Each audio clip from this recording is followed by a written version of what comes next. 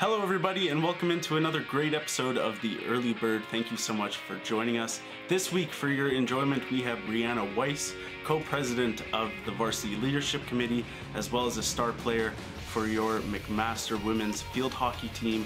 She's going to tell us about what she's got going on in both those worlds. As always, we are sponsored by Fortino's Main West, who know all students love a discount, especially on their groceries.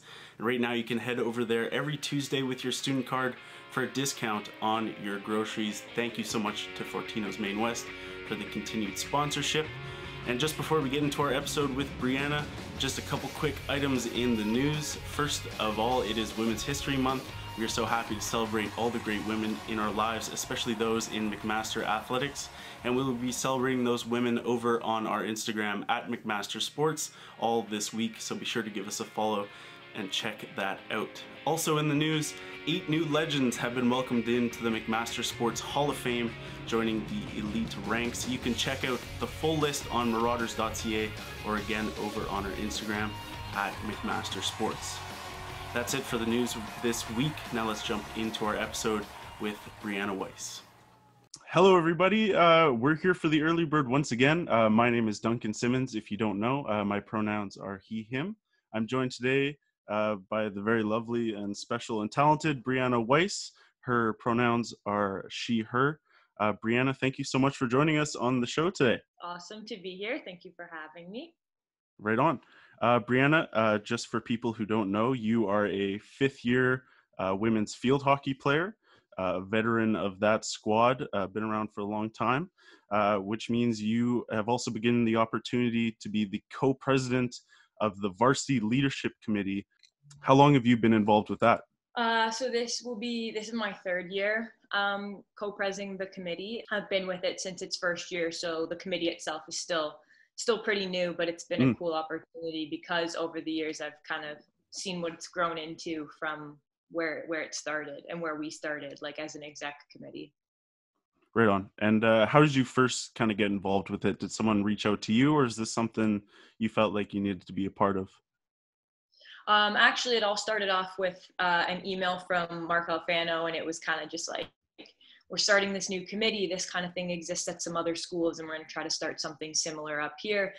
Getting into it, I don't really think anyone had a good idea of what it was, and we kind of showed up at the first meeting, and Mark tried to give us an idea. It's like basically a platform for students to have their voice heard, connect with the athletic department, connect with each other. And when he was kind of talking about it, I was at this time where I wanted to dive into the athletic community a little bit more. And so he was like, does anyone want to co-pres this committee? And I was sitting there and I was like, I'll do it. I'll do this. And it ended up turning into something really awesome. And I'm super thankful that, in that moment, I kind of just like had that courage to do it, because it's turned into something that's been really like influential in terms of like my experience here within the Master Athletic community. Right. So I talked to you a couple months ago for my radio show, Marauder Monday.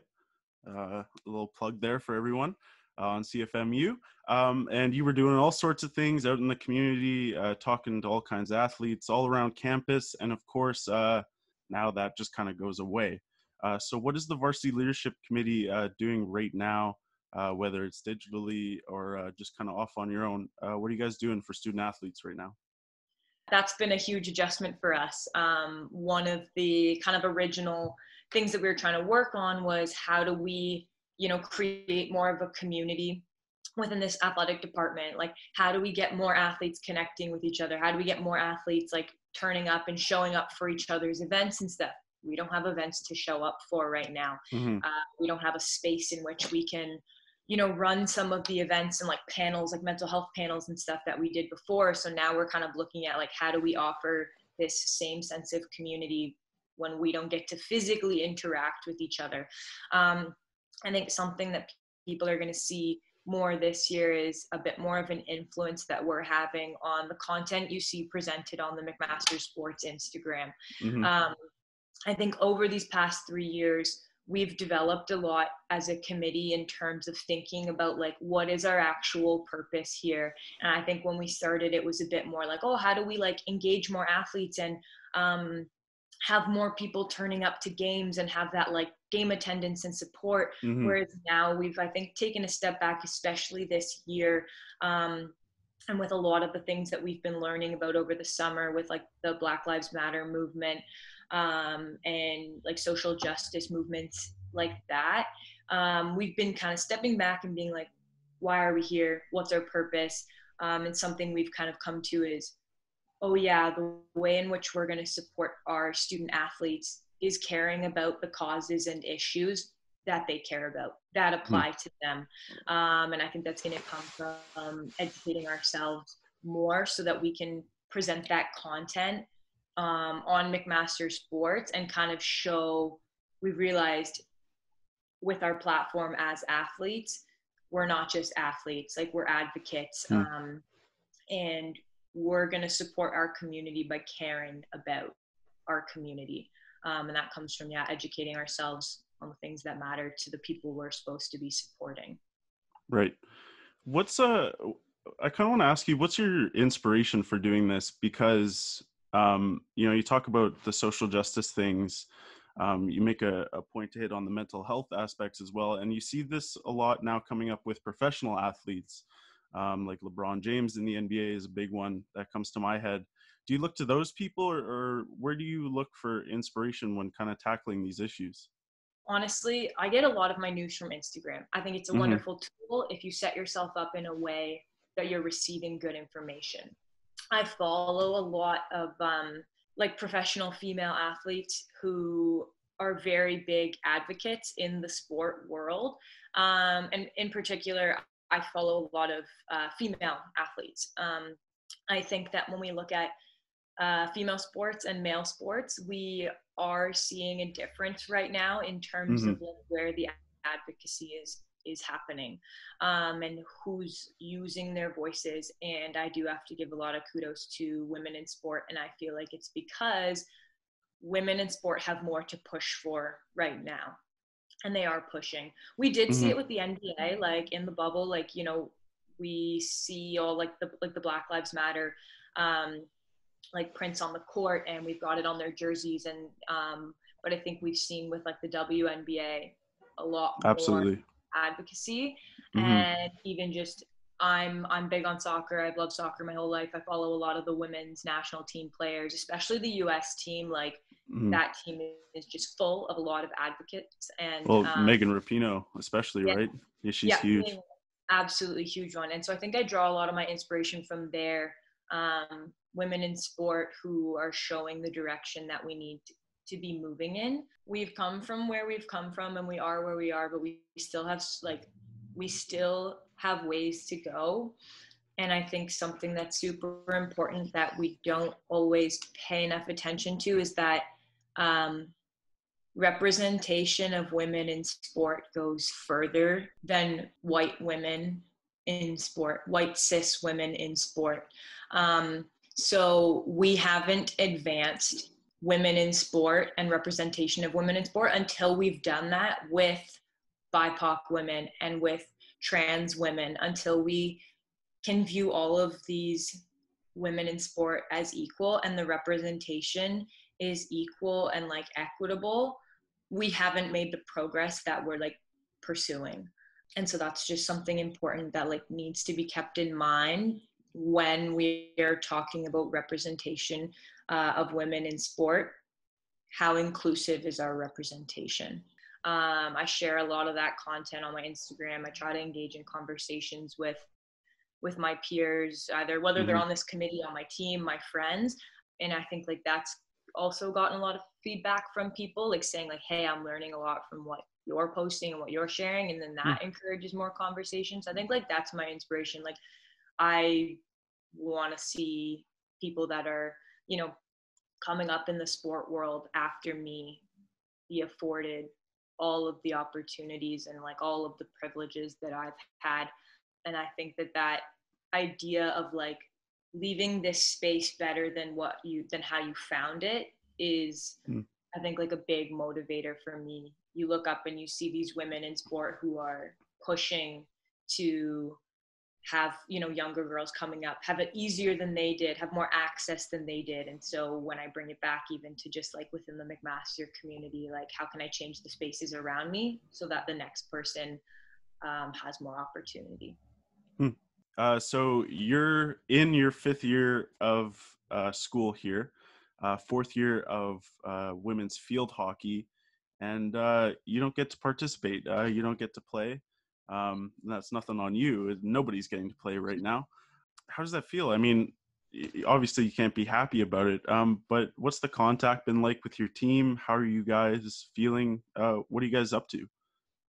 Yeah, so there's a lot to unpack there, and I'll Yeah. try to not go into a ton of detail. But when I joined the team in my 2nd year here at MAC, we were an OUA team, but we didn't have a spot in the OUA league. So we simply went to the OUA tournament at the very end of the season, having played next to no games. We play these amazing teams who have built their programs over the years. We go in seeded 8th and we get our butts kicked. And we've been trying over the years, like every year our motivation at OUAs is like, come out with a result that's going to help us push towards something else in the future.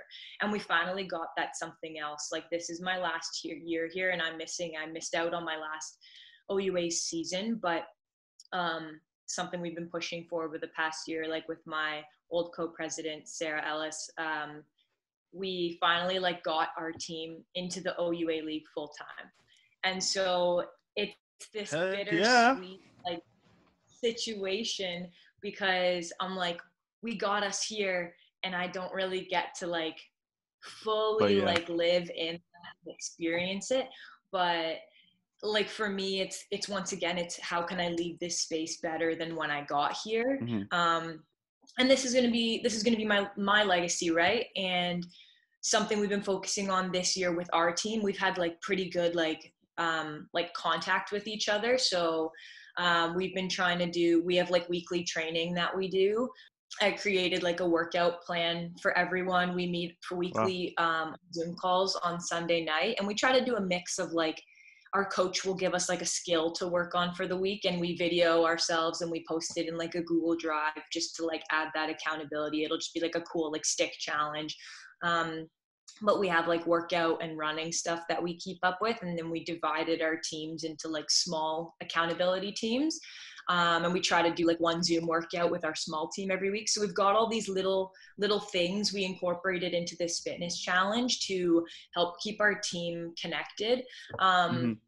Because for us right now, we're like, yeah, we're not practicing, but we have a big year ahead of us. Like, this is going to be our first season in the OUA. Let's kind of like count this year as like a blessing, something to be grateful for, because we now have a whole year to prepare what we would have been thrown into super quick. We would have got the go ahead. You're in the OUA league now, like be ready to compete. And so we're trying to view it like we have a whole year to change our mindset, to get our team ready. And that's not just on a physical level, but like stay connected this year so that we go into next year like hungry to show that, yeah, we got into this league, but we also deserve to be here and we've worked hard to be here. And we want to recognize that within ourselves, but we also want other people to be able to recognize like our deserving spot in that league. And we don't want to show up, we want to compete. Absolutely. Man, I gotta say, that was maybe my favorite news of the summer here was you guys getting into the OUA. I remember, again, talking to you a couple months ago and just hearing about like the schedule you guys played just made me want to like laugh and cry and scream. It's frustrating. So like, congratulations. I know that's huge for you guys to be recognized in that way. So congratulations on that. Thank you so much. Yeah, it's been a very, very like special time for us, and bittersweet because we pretty much got the news almost at the exact same time that the OUA canceled the fall season. Yeah. So delivering that to the team wasn't the easiest news. Like, we've literally got the best and the worst news at the same time. And so a big thing for like us as like myself and my co-presidents was like, how do we deliver this in a way that the team is going to receive it best? And then how do we take this and do something positive with it? Right on. And then I don't really know my eligibility rules super well, but any chance we see Briana Wice in 2021 on the field hockey team? Unfortunately, no, Mm. because I'll be graduating this year. I took a reduced course load, so I'm in my 5th year.